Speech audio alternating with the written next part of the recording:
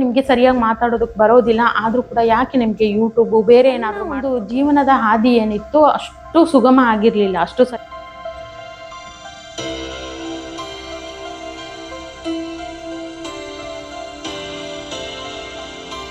ನಮಸ್ತೆ ಸ್ನೇಹಿತರೆ, welcome to ಮಾಯ ಜಗತ್ತು ಕನ್ನಡ ಯೂಟ್ಯೂಬ್ ಚಾನಲ್ಗೆ. ನಾನಿವತ್ತು ಬೆಳಗ್ಗೆಯಿಂದನೇ ಡೈಲಿ ವ್ಲಾಗನ್ನು ಶುರು ಮಾಡ್ಕೊಂಡಿದ್ದೀನಿ.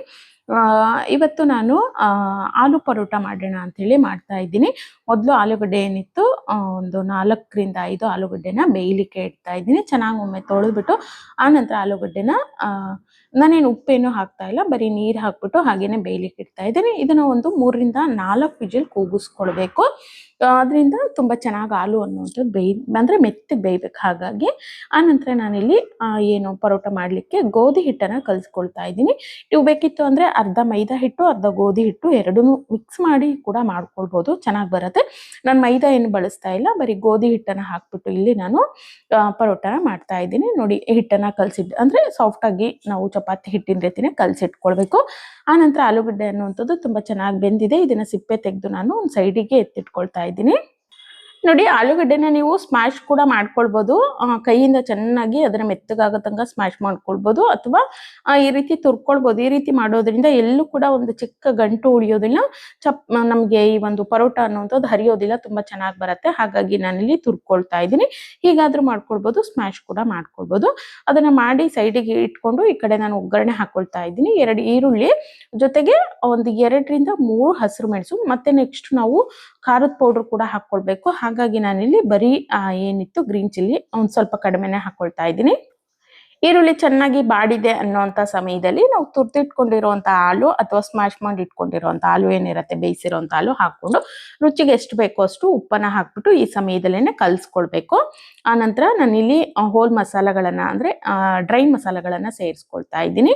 ಸ್ವಲ್ಪ ಅರಿಶಿನ ಪುಡಿ, ರುಚಿಗೆ ಎಷ್ಟು ಬೇಕೋ ಅಂದರೆ ಖಾರಕ್ಕೆ ಎಷ್ಟು ಬೇಕೋ ಅಷ್ಟು ಖಾರದ ಪೌಡ್ರ್ ಹಾಕ್ಕೊಳ್ಬೇಕು, ಗರಂ ಮಸಾಲ, ಸ್ವಲ್ಪ ಜೀರಿಗೆ ಪುಡಿ, ಆಮೇಲೆ ಕಸೂರಿ ಮೇಥಿ ಸ್ವಲ್ಪ ಹಾಕ್ಕೊಂಡು ಕೊತ್ತಂಬರಿ ಸೊಪ್ಪನ್ನು ಹಾಕ್ಬಿಟ್ಟು ಚೆನ್ನಾಗಿ ಈ ರೀತಿ ಕಲಿಸ್ಕೊಳ್ಬೇಕು. ಸಾಫ್ಟ್ ಆಗಿರುವಂಥ ಒಂದು ನಮಗೆ ಸ್ಟಫಿಂಗ್ ಅನ್ನುವಂಥದ್ದು ರೆಡಿ ಆಗುತ್ತೆ, ಆಲೂ ಸ್ಟಫಿಂಗು. ನೋಡಿ, ಇದಾಗಿದೆ. ಇದು ಕಂಪ್ಲೀಟಾಗಿ ತಣ್ಣಗಾಗಬೇಕು. ಸೈಡಿಗೆ ಎತ್ತಿಟ್ಕೊಳ್ಳೋಣ. ನೋಡಿ, ತಣ್ಣಗಾದ್ಮೇಲೆ ನಾವು ಮಾಮೂಲಿ ಹೋಳಿಗೆ ಎಲ್ಲ ಮಾಡ್ತೀವಲ್ಲ, ಅದೇ ರೀತಿ ದಪ್ಪ ಹೂರ್ಣನ ತಗೊಂಡು ಅಂದ್ರೆ ಚಪಾತಿ ಹಿಟ್ಟನ್ನ ತಗೊಂಡು ಅದರಲ್ಲಿ ಏನು ಈ ಒಂದು ನಾವು ಫಿಲ್ಲಿಂಗ್ ಮಾಡಿ ಇಟ್ಕೊಂಡಿದ್ವಲ್ಲ ಹಾಕ್ಬಿಟ್ಟು ಮಧ್ಯದಲ್ಲಿ ಇಟ್ಕೊಂಡು ನೀಟಾಗಿ ಫಿಲ್ ಮಾಡ್ಕೊಂಡು, ಆನಂತರ ನೀವು ಬೇಕಿತ್ತು ಅಂದ್ರೆ ಹಿಟ್ಟಾಗಿ ಕೂಡ ಲಟ್ಟಿಸ್ಕೊಳ್ಬೋದು, ಅಥವಾ ಸ್ವಲ್ಪ ಕೈಗೆ ಎಣ್ಣೆ ಹಚ್ಕೊಂಡು ಈ ರೀತಿ ತಟ್ಕೊಳ್ತೀವಿ ಅಂದ್ರೆ ಈ ರೀತಿ ಕೂಡ ಮಾಡ್ಕೊಳ್ಬೋದು. ತುಂಬಾ ತೆಳುವಾಗಿ ಚೆನ್ನಾಗಿ ಬರುತ್ತೆ ಈ ರೀತಿ ಮಾಡ್ಕೊಂಡ್ರೆ, ಅಥವಾ ಹಿಟ್ಟಾಕಿ ಕೂಡ ನೀವು ಲಟ್ಟಿಸ್ಕೊಳ್ಬೋದು. ಆನಂತರ ಈ ಕಡೆ ನಾನು ಹಂಚನ್ನ ಕಾಯ್ಲಿಕ್ಕೆ ಇಟ್ಕೊಂಡಿದ್ದೀನಿ. ಕಾದಿರೋಂಥ ಹಂಚ ಮೇಲೆ ನಾವು ಮಾಡಿಟ್ಕೊಂಡಿರೋಂಥ ಪರೋಟನ ಹಾಕ್ಬಿಟ್ಟು 2 ಬದಿ ಮೊದಲು ಬೇಯಿಸ್ಕೊಳ್ಬೇಕು. ಚೆನ್ನಾಗಿ ಬೇಯಿಸ್ಕೊಂಡಾದ್ಮೇಲೆ ಆಮೇಲೆ ಸ್ವಲ್ಪ ತುಪ್ಪನ 2 ಬದಿನೂ ತುಪ್ಪ ಅಂತೀನಿ, ಬೆಣ್ಣೆನ ಹಾಕ್ಕೊಳ್ಬೇಕು. ಇಷ್ಟ ಆಯ್ತು ಅಂದ್ರೆ ಬೆಣ್ಣೆ ಹಾಕೊಳ್ಬೋದು, ತುಪ್ಪ ಹಾಕೊಳ್ಬೋದು, ಅಥವಾ ಬರೀ ಹಾಗೆ ನೀವು ಎಣ್ಣೆ ಕೂಡ ಹಾಕಿ ಬೇಯಿಸ್ಕೊಳ್ಬೋದು. ಅಂದ್ರೆ ಮಕ್ಳಿಗೆಲ್ಲ ಕೊಡ್ತಾ ಇದೀವಿ ಅಂದ್ರೆ ಬೆಣ್ಣೆ ಹಾಕೊಟ್ರೆ ತುಂಬಾ ಟೇಸ್ಟಿಯಾಗಿರುತ್ತೆ. ಹೊರಗಡೆ ನಾವು ಏನು ಆಲೂ ಪರೋಟ ತಿಂತೀವಲ್ಲ ಅದೇ ಟೇಸ್ಟ್ ಬರುತ್ತೆ, ಚೆನ್ನಾಗಿರತ್ತೆ. ಹಾಗಾಗಿ ನಾನಿಲ್ಲಿ ಬೆಣ್ಣೆ ಹಾಕಿ ಬೇಯಿಸ್ತಾ ಇದ್ದೀನಿ. 2 ಬದಿ ಚೆನ್ನಾಗಿ ನೋಡಿ ಕಲರ್ ಚೇಂಜ್ ಆಗೋವರೆಗೂ ಬೇಯಿಸ್ಕೊಳ್ಬೇಕು ಈ ರೀತಿಯಾಗಿ. ನೋಡಿ, ಇದಾಗಿದೆ. ಈಗ ಇದೇ ರೀತಿಯಾಗಿ ನಾನು ಉಳಿದಿರೋಂಥ ಎಲ್ಲ ಪರೋಟಗಳನ್ನ ಇದೇ ರೀತಿಯಾಗಿ ಮಾಡ್ಕೊಳ್ತಾ ಇದ್ದೀನಿ. ಅಂದ್ರೆ ನನಗೆ ಇಲ್ಲಿ ತಿಂಡಿ ಕೂಡ ಬೇಕು, ಮಕ್ಳಿಗೆ ಇಬ್ರಿಗೂ ಬೆಳಿಗ್ಗೆ ಬ್ರೇಕ್ಫಾಸ್ಟ್ ಕೂಡ ಬೇಕು, ಜೊತೆಗೆ ನಾನು ಲಂಚಿಗೂ ಕೂಡ ಇದನ್ನೇ ಕಳಿಸ್ತಾ ಇರೋದ್ರಿಂದ ಸ್ವಲ್ಪ ಜಾಸ್ತಿನೇ ಇಲ್ಲಿ ನಾನು ಮಾಡ್ತಾ ಇದ್ದೀನಿ. ಇನ್ನು ಲಂಚ್ ಬಾಕ್ಸಿಗೆಲ್ಲ ಹಾಕ್ಬಿಟ್ಟು ಮಕ್ಳಿಗೂ ಕೂಡ ತಿಂಡಿ ಹಾಕೊಟ್ಟು ಅವ್ರೂ ಕೂಡ ತಲೆ ಬಾಚಿ ರೆಡಿ ಮಾಡಿ ಸ್ಕೂಲಿಗೆ ಮತ್ತೆ ಕಾಲೇಜಿಗೆ ಕಳಿಸಿ ನಾನು ಕೂಡ ತಿಂಡಿ ಎಲ್ಲ ತಿನ್ಕೊಂಡು ರೆಡಿ ಆಗಿದ್ದೀನಿ. ವೆಲ್ಕಮ್ ಟು ಮಾಯ ಜಗತ್ತು ಕನ್ನಡ ಯೂಟ್ಯೂಬ್ ಚಾನಲ್ಗೆ. ಬೆಳಗಿಂದ ಏನೆಲ್ಲ ಆಯ್ತು ಅಂತೇಳಿ ನೋಡ್ಕೊಂಡು ಬಂದಿದ್ದೀರಾ. ಈಗ ಅದ್ರ ಕಂಟಿನ್ಯೂ ವಿಡಿಯೋ ಆಗಿರತ್ತೆ. ಒಂದಷ್ಟು ವಿಚಾರಗಳನ್ನ ನಿಮ್ ಜೊತೆ ಶೇರ್ ಮಾಡ್ಕೊಳ್ಬೇಕು ಅಂತೇಳಿ ಈ ಒಂದು ವಿಡಿಯೋನ ನಾನು ಶುರು ಮಾಡಿದ್ದೀನಿ.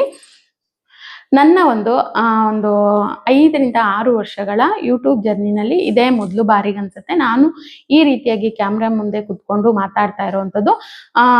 ಏನಾಗುತ್ತೆ ಅಂದ್ರೆ ಈ ರೀತಿ ಮಾತಾಡುವಂಥ ಸಮಯದಲ್ಲಿ ನಾನೇನೋ ತಪ್ಪು ಹೇಳ್ತಾ ಇದ್ದೀನೇನೋ, ಅಥವಾ ನಾನು ಹೇಳೋವಂಥ ವಿಚಾರವನ್ನ ಸರಿಯಾಗಿ ನಿಮ್ ಜೊತೆ ಶೇರ್ ಮಾಡ್ಕೊಳ್ತಾ ಇಲ್ಲ, ಅಥವಾ ನಾನು ಮತ್ತೇನೋ ವಿಚಾರವನ್ನ ಹೇಳ್ತಾ ಇದ್ದೀನೇನೋ, ವಿಷಯ ಎಲ್ಲಿಂದ ಎಲ್ಲಿಗೋ ಹೋಗ್ತಾ ಇದೆಯೇನೋ, ಅಥವಾ ನನ್ನ ಮುಂದೆ ತುಂಬಾ ಜನ ಇದ್ದಾರೆ ಅನ್ನುವಂಥ ಗಾಬರಿ ಆಗಿರ್ಬೋದು, ಭಯ ಆಗಿರ್ಬೋದು, ಎಲ್ಲನೂ ಕೂಡ ಕಾಡ್ತಾ ಇರತ್ತೆ. ಹಾಗಾಗಿ ನಾನು ಏನ್ ಹೇಳ್ಬೇಕು ಅನ್ಕೊಂಡಿದ್ದೀನೋ ಅದನ್ನ ಸರಿಯಾಗಿ ಹೇಳ್ತಾ ಇಲ್ಲ, ಯಾಕಂದ್ರೆ ಇದು ನನಗೆ ಹೊಸ್ತು. ಹಾಗಾಗಿ ವಿಡಿಯೋಗಳನ್ನ ನಾನು ಮಾಡಿದ್ದೀನಿ, ಮಾಡಿಲ್ಲ ಅಂತ ಹೇಳ್ತಾ ಇಲ್ಲ. 4-5 ವರ್ಷಗಳಿಂದ ಮಾಡ್ತಾ ಬಂದಿದ್ದೀನಿ.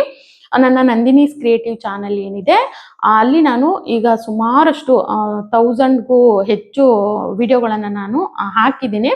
ಆದರೆ ಅಲ್ಲೇನಾಗುತ್ತೆ ಅಂತಂದರೆ ನಾವು ವಿಡಿಯೋಗಳನ್ನು ಮೊದಲು ಶೂಟ್ ಮಾಡ್ಕೊಳ್ಳೋ ಅಂಥದ್ದು, ಆನಂತರ ವಾಯ್ಸ್ ಓವರ್ ಕೊಡೋ ಅಂಥದ್ದು. ಅದು ನನಗೆ ಈಸಿ ಅನಿಸ್ಬಿಡ್ತಾ ಇತ್ತು. ಆದರೆ ಈ ರೀತಿ ಕುತ್ಕೊಂಡು ಮಾತಾಡೋ ಅಂಥದ್ದು ಇದು ಮೊದಲು ನನಗೆ ಹೊಸ್ತು, ಹಾಗಾಗಿ ಸ್ವಲ್ಪ ಭಯ ಅನಿಸುತ್ತೆ. ಏನಾದರೂ ತಪ್ಪು ಮಾತಾಡ್ತಾ ಇದ್ದರೆ ದಯವಿಟ್ಟು ಕ್ಷಮಿಸಿ ಅಂತ ಹೇಳಿ ಕೇಳ್ಕೊಳ್ತೀನಿ. ಅಥವಾ ಏನಾದರೂ ತಪ್ಪಾಗಿ ಹೇಳ್ತಾ ಇದ್ದರೆ ದಯವಿಟ್ಟು ನನಗೆ ಹೇಳಿ, ಅದನ್ನು ನಾನು ಸರಿ ಮಾಡ್ಕೊಳ್ತೀನಿ. ಇನ್ನು ನೆಕ್ಸ್ಟು ನಾನು ಏನು ವಿಚಾರವನ್ನು ನಿಮ್ಮ ಜೊತೆ ಶೇರ್ ಮಾಡ್ಕೊಳ್ಬೇಕು ಅಂತ ಹೇಳಿ ವಿಡಿಯೋ ಶುರು ಮಾಡಿದ್ದೀನಿ ಅಂದರೆ, ಕೆಲವೊಬ್ರು ಅನ್ಕೊಳ್ಬೋದು ನಿಮಗೆ ಸರಿಯಾಗಿ ಮಾತಾಡೋದಕ್ಕೆ ಬರೋದಿಲ್ಲ, ಆದರೂ ಕೂಡ ಯಾಕೆ ನಿಮಗೆ ಯೂಟ್ಯೂಬು ಬೇರೆ ಏನಾದರೂ ಮಾಡ್ಕೊಳ್ಬೋದಿತ್ತಲ್ಲ ಅಂತೇಳಿ ಹೇಳೋ ಅಂಥವ್ರಿಗೆ ಈ ಒಂದು ವಿಡಿಯೋ. ಯೂಟ್ಯೂಬ್ ಯಾಕೆ ಅಂತೇಳಿ ಕೇಳಿದ್ರೆ, ನಂದು D.Ed ಆಗಿದೆ. D.Ed ಆದ ತಕ್ಷಣ ಅಂದರೆ ನನ್ನ ಎಜುಕೇಷನ್ ಮುಗಿದ ತಕ್ಷಣನೇ ನನಗೆ ಮದುವೆ ಆಯಿತು. ನಂತರ ನನಗೆ ನನ್ನ ದೊಡ್ಡ ಮಗಳು ಹುಟ್ಟಿದ್ಲು. ಅಂಥ ಸಮಯದಲ್ಲಿ ನನಗೆ ನೆಕ್ಸ್ಟ್ ಓದ್ಲಿಕ್ಕಾಗಲಿ ಅಥವಾ ನಾನು 2-3 ಎಕ್ಸಾಮ್ ಬರೆದೆ, TET ಎಕ್ಸಾಮ್ ಬರೆದೆ ಕೆಲ್ಸಕ್ಕೆ ಹೋಗೋಣ ಅಂಥೇಳಿ. ಆದರೆ ಮಗು ನೋಡ್ಕೊಳ್ಳೋ ಅಂಥದ್ದು ಅಷ್ಟರಲ್ಲೇ ನನ್ನ ಒಂದು ಜೀವನದ ಹಾದಿ ಏನಿತ್ತು ಅಷ್ಟು ಸುಗಮ ಆಗಿರಲಿಲ್ಲ, ಅಷ್ಟು ಸಲೀಸಾಗಿ ನನಗೆ ಮದುವೆ ಆಗಿದೆ, ನನ್ನ ಜೀವನ ಸರಿ ಹೋಗಿದೆ, ಖಂಡಿತ ಆ ರೀತಿ ಇರಲಿಲ್ಲ. ಅಲ್ಲಿ ಸಾಕಷ್ಟು ಏಳು ಬೀಳುಗಳಿದ್ವು. ನನ್ನ ಜೀವನ ನಾನು ಸರಿ ಮಾಡ್ಕೊಳ್ಬೇಕಿತ್ತು, ಸರಿಯಾದ ರೀತಿನಲ್ಲಿ ನಡ್ಸ್ಕೊಂಡು ಹೋಗ್ಬೇಕಿತ್ತು. ಅದೊಂದು ಕಡೆ. ಆದರೆ ಇನ್ನು ಚಿಕ್ಕ ಮಗು ಇತ್ತು, ಅದನ್ನು ಕೂಡ ನೋಡ್ಕೊಳ್ಬೇಕಿತ್ತು. ಅದರ ಮಧ್ಯದಲ್ಲಿ ಎಲ್ಲೋ ನಾನು ಓದಿನ ಕಡೆ ಅಷ್ಟು ಗಮನ ಕೊಡಲಿಲ್ಲ, ಅಥವಾ ಸರಿಯಾಗಿ ಓದ್ಕೊಳ್ಳಿಲ್ಲ, ಅಥವಾ ಏನೋ ಆಯಿತು. ಈ ಒಂದು ಸಂದರ್ಭದಲ್ಲಿ ನನ್ನ ಒಂದು ಎಕ್ಸಾಮ್ಗಳೇನಾಯಿತು, ಒಂದು 5 ಮಾರ್ಕ್ಸು 10 ಮಾರ್ಕ್ಸಲ್ಲಿ ಈ ರೀತಿಯಾಗಿ ನನಗೆ ಎಕ್ಸಾಮ್ ಪಾಸ್ ಆಗಲಿಲ್ಲ ಅಂತಲೇ ಹೇಳ್ಬೋದು. 3 ಸತಿ ಬರೆದಿದ್ದೀನಿ, ಆದರೂ ಕೂಡ ಪಾಸ್ ಆಗಲಿಲ್ಲ. ಅಲ್ಲಿಗೆ ನನಗನ್ನಿಸ್ತು, ಇನ್ನು ನಾನು ಓದೋ ಅಂಥದ್ದು ನನಗಾಗೋದಿಲ್ಲ, ಅಥವಾ ನನ್ನ ಈ ಒಂದು ಮನೆಯ ವಾತಾವರಣ ಆಗಿರ್ಬೋದು, ನನ್ನ ಒಂದು ಮೆಂಟಲಿ ನಾನು ಏನು ಅಂದ್ಕೊಂಡಿದ್ದೆ ಅದನ್ನು ಮಾಡಬೇಕು ಅನ್ನೋವಂಥ ಇದರಲ್ಲಿ ನನಗೆ ಓದಿನ ಕಡೆ ಅಷ್ಟು ಗಮನ ಕೊಡ್ಲಿಕ್ಕೆ ಆಗಲಿಲ್ಲ. ಹಾಗಾಗಿ ಅದನ್ನ ಬಿಟ್ಟು ಬೇರೆ ಮನೆಯಲ್ಲೇ ಇದ್ದು ನನ್ನ ಮಗುನು ಕೂಡ ನೋಡ್ಕೊಳ್ಬೇಕಾಗಿತ್ತಲ್ವ, ಹಾಗಾಗಿ ಮನೆಯಲ್ಲೇ ಇದ್ಕೊಂಡು ಏನಾದರೂ ಮಾಡೋಣ ಅಂತ ಹೇಳಿ ಆ ಸಮಯದಲ್ಲಿ ಸಾಕಷ್ಟು ಕೆಲಸಗಳನ್ನ ಹುಡ್ಕೊಂಡೆ ಅಂತಾನೆ ಹೇಳ್ಬೋದು. ಮೊದಲು ನಾನು ಹೊಲಿಗೆ ಕಲಿತೆ, ಅಂದ್ರೆ ಬಟ್ಟೆ ಟೈಲರಿಂಗ್ ಕಲಿತೆ. ಬ್ಲೌಸ್ಗಳನ್ನೆಲ್ಲ ಸ್ಟಿಚ್ ಮಾಡೋ ಅಂಥದ್ದನ್ನ ಕಲಿತು ಇನ್ನೇನು ಡಿಸೈನ್ ಎಲ್ಲ ಕಲಿಬೇಕಿತ್ತು. ಅಂಥ ಸಮಯದಲ್ಲಿ ನನ್ನ 2ನೇ ಪ್ರೆಗ್ನೆನ್ಸಿ ಆಯಿತು ಅಂತಲೇ ಹೇಳ್ಬೋದು. ಇನ್ನು ಆ ಸಮಯದಲ್ಲಿ ಮಿಷಿನ್ ಎಲ್ಲ ತುಳಿಯುವಂಥದ್ದು, ಬಟ್ಟೆ ಹೊಲಿಯುವಂಥದ್ದು ಅಷ್ಟು ಒಳ್ಳೇದಲ್ಲ, ಹಾಗಾಗಿ ಅದನ್ನು ಕೂಡ ಅಲ್ಲಿಗೆ ಸ್ಟಾಪ್ ಮಾಡಿದೆ. ಇನ್ನು ನನ್ನ ಮಗಳು ಸ್ವಲ್ಪ ದೊಡ್ಡವಳು ಆದ್ಲು ಅಂದಮೇಲೆ ಅಷ್ಟರಲ್ಲೇ ನಾನು ಮನೆಯಲ್ಲಿ ಮಾಡುವಂಥ ಕೆಲವೊಂದು ಕೆಲಸಗಳನ್ನು ಮಾಡಿ ಅದರ ಎಕ್ಸ್ಪೀರಿಯನ್ಸ್ ಕೂಡ ನನಗಾಗಿತ್ತು. ಹಾಗಾಗಿ ಅದು ನನಗೆ ಸರಿ ಹೋಗೋದಿಲ್ಲ, ಅದರಲ್ಲೂ ಮಕ್ಕಳನ್ನೆಲ್ಲ ಇಟ್ಕೊಂಡು ನಾವು ಮನೆಯಲ್ಲಿ ಈ ರೀತಿ ಎಲ್ಲ ಮಾಡೋದಕ್ಕೆ ಆಗೋದಿಲ್ಲ ಅಂತೇಳಿ ಅದನ್ನು ಕೂಡ ಸ್ಟಾಪ್ ಮಾಡಿ ಆನಂತರ ನಾನು ಕಂಪ್ಯೂಟರ್ನ ಕಲಿತೆ ಅಂತಲೇ ಹೇಳ್ಬೋದು. ಕಂಪ್ಯೂಟ್ರು ಬೇಸಿಕ್ಕು ಟ್ಯಾಲಿ ಎಲ್ಲ ಕಲಿತ ಆದಮೇಲೆ ನನಗೆ ಹೊಡೆದಿದ್ದು, ಯಾಕೆ ನಾನು ಕೂಡ ಒಂದು ಯೂಟ್ಯೂಬ್ ಚಾನಲನ್ನು ಶುರು ಮಾಡಬಾರ್ದು. ಯಾಕಂದರೆ ನನಗೆ ರಂಗೋಲಿ ತುಂಬ ಚೆನ್ನಾಗಿ ಆಗ್ತಾ ಇದೆ, ಅದ್ರ ಜೊತೆಗೆ ಅಡುಗೆ ಕೂಡ ಚೆನ್ನಾಗಿ ಮಾಡ್ತಾ ಇದ್ದೆ. ಅಡುಗೆ ವಿಡಿಯೋ ಇಲ್ಲ ರಂಗೋಲಿ ವಿಡಿಯೋ ಮಾಡೋಣ ಅಂತ ಹೇಳಿ ಶುರು ಮಾಡಿದಂಥ ಒಂದು ಚಾನಲ್ಲು ನಂದಿನೀಸ್ ಕ್ರಿಯೇಟಿವ್ ಚಾನಲ್ ಅಂತಲೇ ಹೇಳ್ಬೋದು. ಆದರೆ ಅಲ್ಲಿ ನಾನು ತುಂಬ ಹೆಚ್ಚಾಗಿ ಹೆಲ್ತ್ ಕೇರು ಮತ್ತು ಹೇರ್ ಟಿಪ್ಸು ತುಂಬ ಚೆನ್ನಾಗಿ ಒಳ್ಳೆ ವ್ಯೂಸನ್ನು ಕೊಡ್ತಾ ಇತ್ತು. ಹಾಗಾಗಿ ಅದನ್ನೇ ನಾನು ಅಲ್ಲಿ ಹಾಕ್ತಾ ಬಂದೆ. ಇನ್ನು ಆನಂತರ ನನಗೆ ಅಡುಗೆ ಕಡೆ ಒಲವಿದ್ದಿದ್ದರಿಂದ ಈ ಒಂದು ರೆಸಿಪಿ ಚಾನಲನ್ನು ನಾನು ಶುರು ಮಾಡಿದೆ. ರೆಸಿಪಿ ಚಾನಲ್ಗಳಲ್ಲಿ ಈ ಒಂದು ರೆಸಿಪಿ ಚಾನಲ್ ಏನಿದೆ ಇಲ್ಲೂ ಕೂಡ ಅಷ್ಟೇ ಒಳ್ಳೆ ವ್ಯೂಸ್ ಕೂಡ ಬರ್ತಾ ಇತ್ತು ನನಗೆ. ಆದರೆ 1.5 ವರ್ಷನೇನೋ ನಾನು ಈ ಚಾನಲನ್ನು ಮಾಡಿ ಆನಂತರ ಸ್ಟಾಪ್ ಮಾಡಿದೆ. 1.5 ವರ್ಷನೂ ಮತ್ತೆ ಸ್ಟಾಪ್ ಮಾಡಿದೆ. ನಾನು ಮತ್ತೇನು ವಿಡಿಯೋಗಳನ್ನು ಹಾಕಲಿಕ್ಕೆ ಹೋಗಲಿಲ್ಲ. ಆನಂತರ ಮತ್ತೆ ಶುರು ಮಾಡ್ಕೊಂಡಿರೋದೇ ಈ ಒಂದು ಡೈಲಿ ರೊಟೀನ್ ಅಂತಲೇ ಹೇಳ್ಬೋದು. ಯಾಕಂದರೆ ಒಳ್ಳೆ ಒಂದು ಸಬ್ಸ್ಕ್ರೈಬರ್ ಸಂಖ್ಯೆ ಕೂಡ ಇಲ್ಲಿ ಚೆನ್ನಾಗಿದೆ. ಹಾಗಾಗಿ 1,000 ಮಾಡ್ಕೊಳ್ಳೋದಕ್ಕೆ ನಾನು 1 ವರ್ಷ ತಗೊಂಡಿದ್ದೆ. ಹಾಗಾಗಿ ತುಂಬ ಚೆನ್ನಾಗಿರುವಂಥ ಸಬ್ಸ್ಕ್ರೈಬರ್ ಸಂಖ್ಯೆ ಇದೆ. ಜೊತೆಗೆ ಒಳ್ಳೆ ವಿಡಿಯೋನ ಹಾಕಿದ್ರೆ ನನಗೆ ಒಂದು ಒಳ್ಳೆ ವ್ಯೂಸ್ ಬರ್ಬೋದು ಅನ್ನೋಂಥ ಕಾರಣಕ್ಕೆ ಇದನ್ನು ನಾನು ಮತ್ತೆ ಶುರು ಮಾಡಿದ್ದೀನಿ. ಏನಾಗುತ್ತೆ ಅಂದರೆ ನಾನು ರೆಗ್ಯುಲರ್ ಆಗಿ ನನ್ನ ಕೆಲಸ ಏನಿರುತ್ತೋ, ನನ್ನ ಮಕ್ಕಳು ನೋಡ್ಕೊಳ್ಳೋದಾಗಿರ್ಬೋದು, ಮನೆ ಕೆಲಸ ಆಗಿರ್ಬೋದು, ಅಥವಾ ನನ್ನ ಡೈಲಿ ರೊಟೀನ್ ಏನಿರುತ್ತೋ, ನಾನು ಅಡುಗೆಗಳನ್ನು ಮಾಡುವಂಥದ್ದಾಗಿರ್ಬೋದು, ಬೆಳಗಿನ ತಿಂಡಿ ಆಗಿರ್ಬೋದು, ಅಥವಾ ಪಲ್ಯಗಳು, ಸಾಂಬಾರು ಏನೇ ಮಾಡಿದ್ರು ಕೂಡ ಅದನ್ನೆಲ್ಲ ಇಲ್ಲಿ ಶೇರ್ ಮಾಡ್ಕೊಳ್ಳೋಣ. ಜೊತೆಗೆ ಯಾರಿಗಾದ್ರೂ ಹೆಲ್ಪ್ ಆಗ್ಬೋದು. ಈ ಒಂದು ಡೈಲಿ ರೊಟೀನಿಂದ ಏನಾಗುತ್ತೆ ಅಂದರೆ ಬೆಳಗಿನ ಕೆಲಸಗಳನ್ನು ಈ ರೀತಿ ಮಾಡ್ಕೊಳ್ಬೋದು, ಅಥವಾ ಅಡುಗೆಗಳನ್ನು ಈ ರೀತಿ ಮಾಡ್ಕೊಳ್ಬೋದು ಅನ್ನೋವಂಥದ್ದು ಯಾರಿಗಾದ್ರೂ ಯೂಸ್ ಆಗ್ಬೋದು. ಜೊತೆಗೆ ಒಳ್ಳೆಯವರಿಗೆ ಹೆಲ್ಪ್ ಆಗುವಂಥ ಏನಾದರೂ ಟಿಪ್ಸ್ಗಳಿದ್ರೆ ಅದನ್ನು ಕೂಡ ಇಲ್ಲಿ ಶೇರ್ ಮಾಡ್ಕೊಳ್ಳೋಣ ಅಂತೇಳಿ ನಾನು ಡೈಲಿ ರೊಟೀನನ್ನು ಶುರು ಮಾಡಿದ್ದೀನಿ. ಅಷ್ಟೊಳ್ಳೆ ವ್ಯೂಸ್ ಏನು ಬರ್ತಾ ಇಲ್ಲ, ಆದರೂ ಕೂಡ ನಾನು ರೆಗ್ಯುಲರ್ ಆಗಿ ಹಾಕೋದನ್ನಂತೂ ಬಿಡೋದಿಲ್ಲ. ಖಂಡಿತವಾಗ್ಲೂ ಒಳ್ಳೆ ವ್ಯೂಸ್ ಬರೋವರೆಗೂ ನಾನು ಇದನ್ನ ಖಂಡಿತವಾಗ್ಲೂ ರೆಗ್ಯುಲರ್ ಆಗಿ ಹಾಕೊಂಡು ಹೋಗ್ತಾನೆ ಇರ್ತೀನಿ. ಯಾರೆಲ್ಲ ವಿಡಿಯೋನ ನೋಡ್ತಾ ಇದ್ದೀರೋ ಸಬ್ಸ್ಕ್ರೈಬ್ ಮಾಡಿಕೊಂಡು ವಿಡಿಯೋನ ನೋಡಿ ಅಂತ ಹೇಳಿ ಕೇಳ್ಕೊಳ್ತೀನಿ. ಜೊತೆಗೆ ವಿಡಿಯೋಗೊಂದು ಲೈಕ್ ಮಾಡಿ, ಶೇರ್ ಮಾಡಿ. ಇನ್ನು ನಿನಗೆ ಯೂಟ್ಯೂಬೇ ಬೇಕಿತ್ತಾ, ಬೇರೆ ಏನಾದರೂ ಮಾಡ್ಬೋದಿತ್ತಾ ಅಂತ ಕೇಳೋವಂಥವ್ರಿಗೆ ಖಂಡಿತ ಇದೊಂದು ಒಳ್ಳೆ ಆನ್ಸರ್ ಅಂತಾನೆ ಹೇಳ್ತೀನಿ. ಯಾಕಂದ್ರೆ ಮನೆಯಲ್ಲೇ ಇದ್ಕೊಂಡು ಮನೆ ಕೆಲಸಗಳನ್ನ ಮಾಡಿಕೊಂಡು ಮಕ್ಕಳು ನೋಡಿಕೊಂಡು ಅಥವಾ ಮನೆಯಲ್ಲಿ ಇರೋವಂಥವ್ರನ್ನೆಲ್ಲ ನೋಡಿಕೊಂಡು ನಾವೇನೋ ಒಂದು ಅರ್ನ್ ಮಾಡ್ತಾ ಇದ್ದೀವಿ.